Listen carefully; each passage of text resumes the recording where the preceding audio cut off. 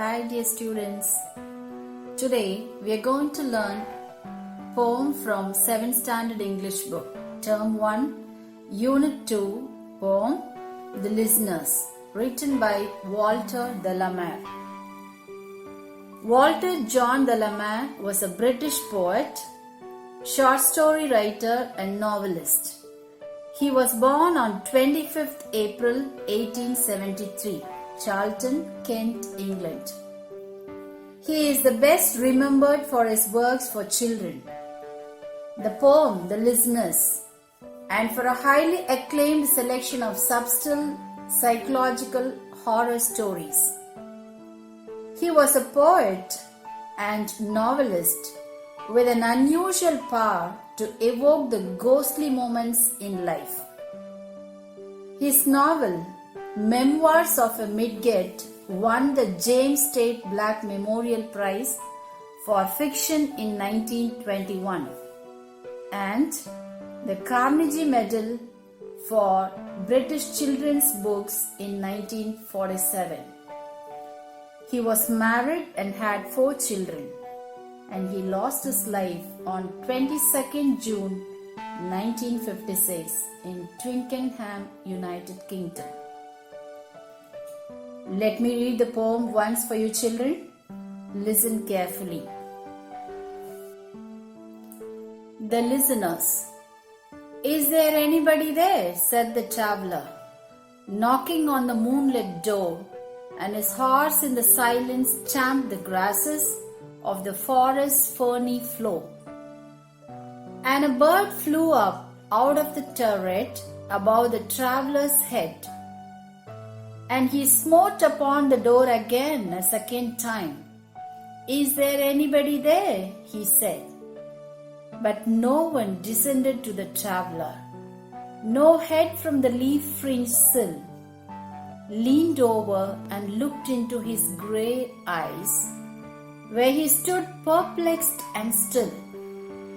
But only a host of phantom listeners that dwelt in the lone house then stood listening in the quiet of the moonlight to that voice from the world of men, stood thronging the faint moonbeams on the dark stair that goes down to the empty hall, hearkening in an air stirred and shaken by the lonely traveller's call.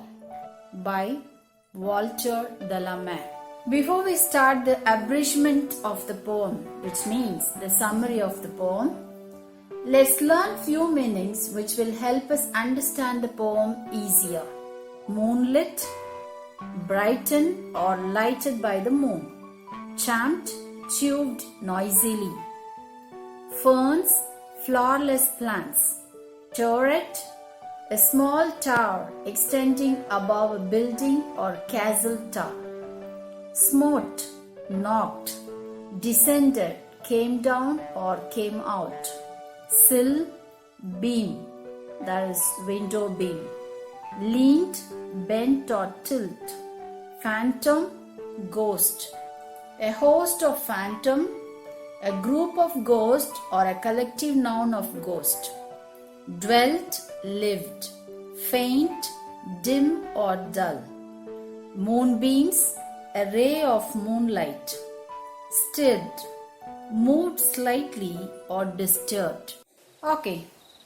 Do you have any experience of traveling alone in the night in the midst of trees? If not, have you watched an horror movie alone in the darkness? Alright, at least imagine you are all alone walking through the forest in a very narrow path. Both the sides of the path is covered by bushes, creepers and climbers. Nobody is around you. You can observe the very mild rustle of the trees, sway of branches, and the fall of leaves seem so loud. Even the movements of ants, bees, and other insects would scare in a big manner. And sometimes the echo of your own footsteps make you feel or check if someone is coming behind you. So, just imagine how would you feel or react at that moment. Anyways, let's now visualize the situation of the poem, The Listeners. One moonlit night, moonlit means the night in which the moon shines brightly in the cloudless clear sky and the moon looks like a disk of silver. The stars twinkle the whole night. No other sound except the footsteps of the traveler's horse. On one such moonlit night, a man traveled in the deep forest on his horseback, alone, late in the night. He stopped in front of an old, disused or deserted building. The door was visible in the moonlight. Now, let's go with the poetic lines. Is there anybody there? Said the traveler, knocking on the moonlit door, and his horse in the silence champed the grasses of the forest's ferny floor, and a bird flew up out of the turret above the traveler's head. The poem, The Listeners, is a single stanza poem of 36 lines. But only one part is given to us for 7th standard. The first 5 lines of the poem show as that the traveler is in front of a lonely and deserted house during the night time. He knocked on the door and asked, "Is there anybody there?" Meanwhile, the long-traveled, hungry horse started chewing the grasses and ferns of the forest noisily. Ferns means flowerless plants which used to grow in the forest. And a bird came flying above the traveler's head from the turret of the building, revealing the truth that nobody is living in the house. Turret means a small tower over the building. Okay, shall we see the next 6 lines? And he smote upon the door again a second time. "Is there anybody there?" he said. But no one descended to the traveler.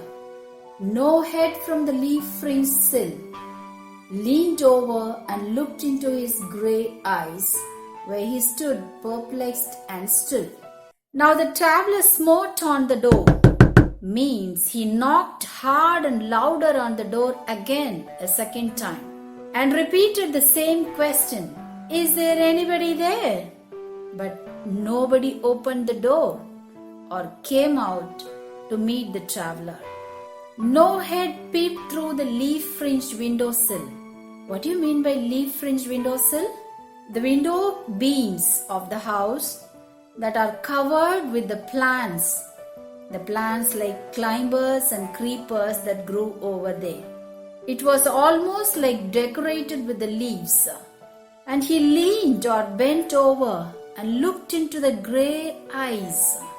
Normally, grey eyes is used to describe the unclarity or confusion. But here, in one way, it is the tiredness of the traveler out of his travel, or it is the unclarity that we have because we know nothing about the traveler. Why or for what he was there? Why was he knocking on the door again and again? But only we find the answer, or maybe the last few lines of the full poem reveal that he was at the door of the lonely house to keep a promise.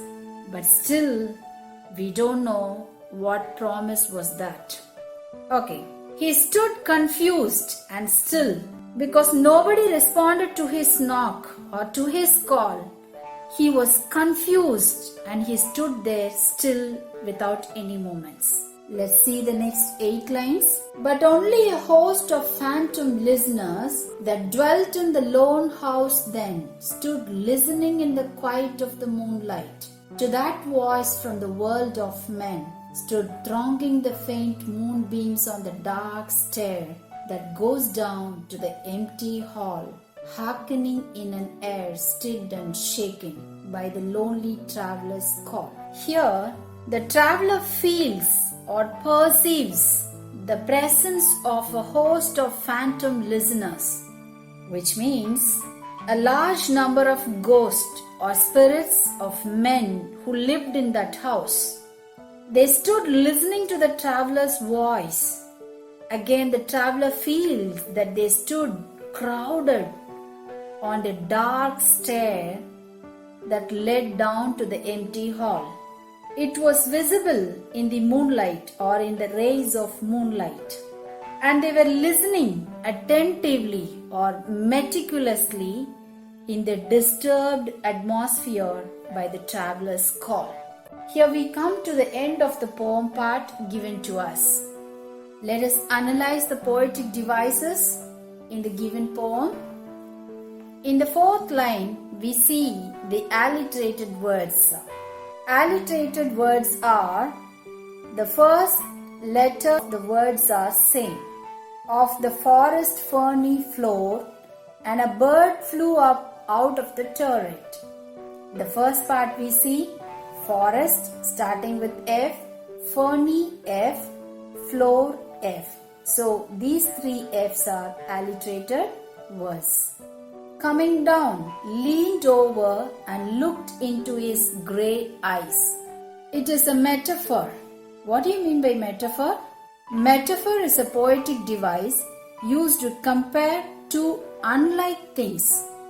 But a metaphor has an implied or a hidden meaning between unrelated things.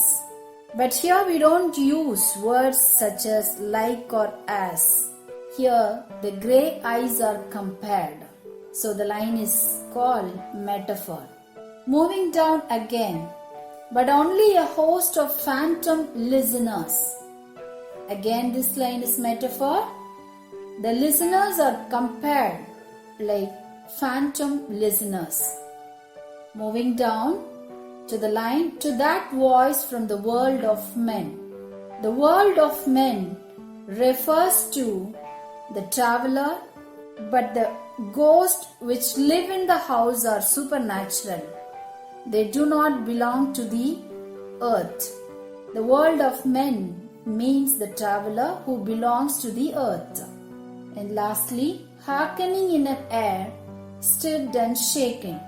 Air is being compared to something that could be stirred or shaken, but actually air cannot be picked up to be shaken or stirred. So this line is also a metaphor.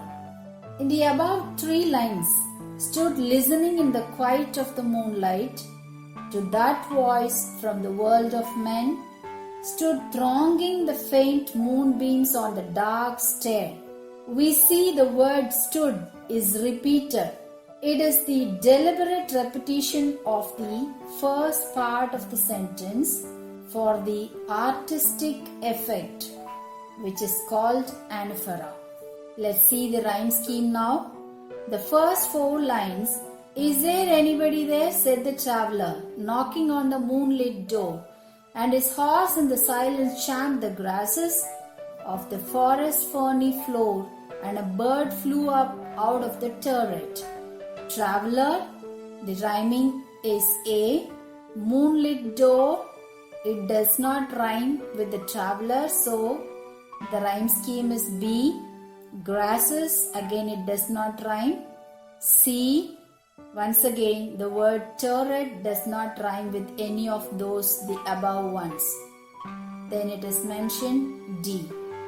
Then the rhyme scheme is A, B, C, D. Dear children, this is the memory poem.